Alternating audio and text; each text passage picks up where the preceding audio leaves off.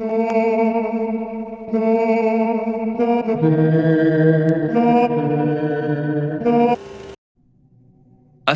alaikum wa rahmatullahi wa barakatuh.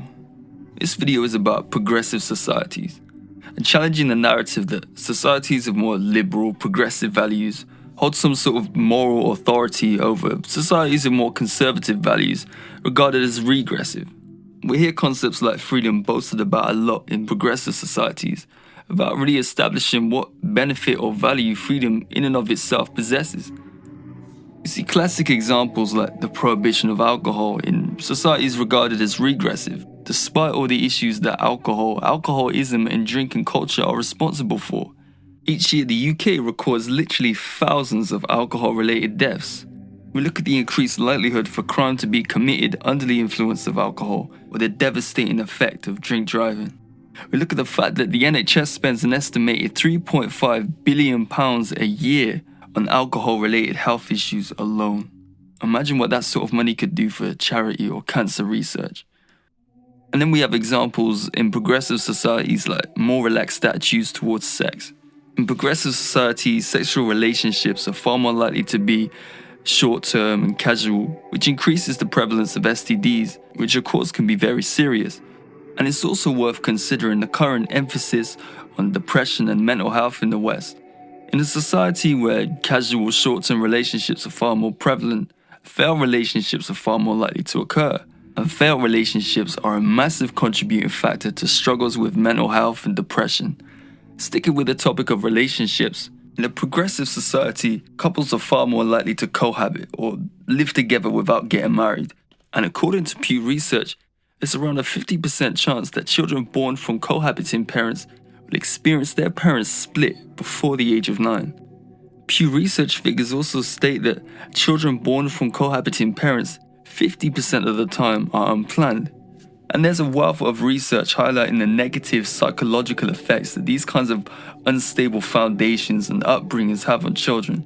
And maybe these points are beginning to raise the question, is freedom really all that conducive to society? How much of a society's success should be measured on the basis of its freedom?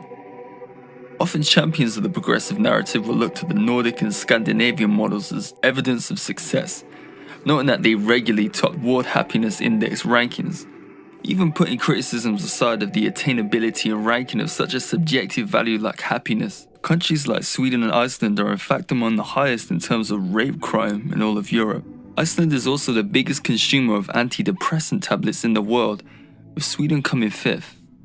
And while Norway might struggle with more, quote, typical problems like drug addiction and alcoholism, Finland's relaxed approach to bestiality completely disregards any notion of superior morality.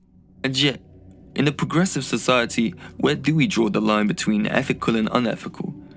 While many would claim that, so long as we're not causing harm to others, we should be able to do as we please.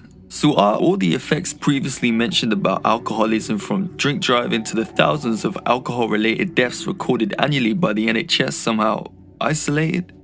Is it not harmful to create a culture and set a precedent where indulging in harmful substances and generally reckless behavior is not only normalized but celebrated?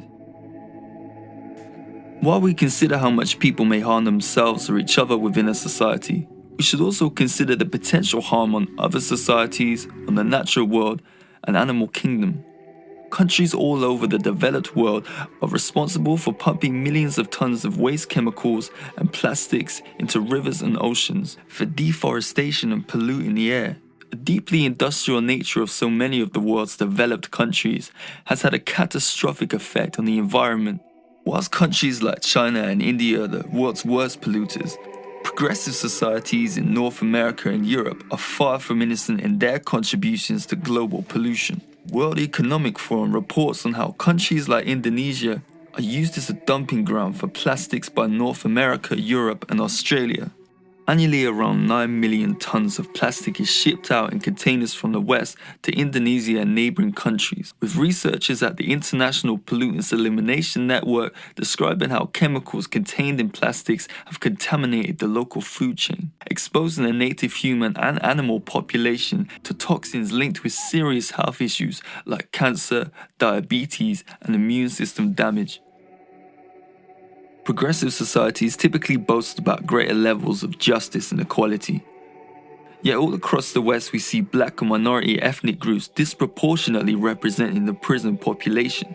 Black men in America are almost 3 times more likely to be killed by the police than the white majority, according to data collected by the Washington Post, with other minorities like Hispanics and Native Americans also experiencing an increased likelihood. Racism, prejudice, and inequality are far from solved in these societies. The Met Police receive a daily average of around 10 reports of hate crimes against Muslims alone across England and Wales. But it's not only rogue police officers and isolated pockets of the general public perpetuating these racial, cultural, and religious divides. These types of otherizing and dehumanizing attitudes have been a fundamental part of these progressive societies' models since their inception and been persistent throughout history.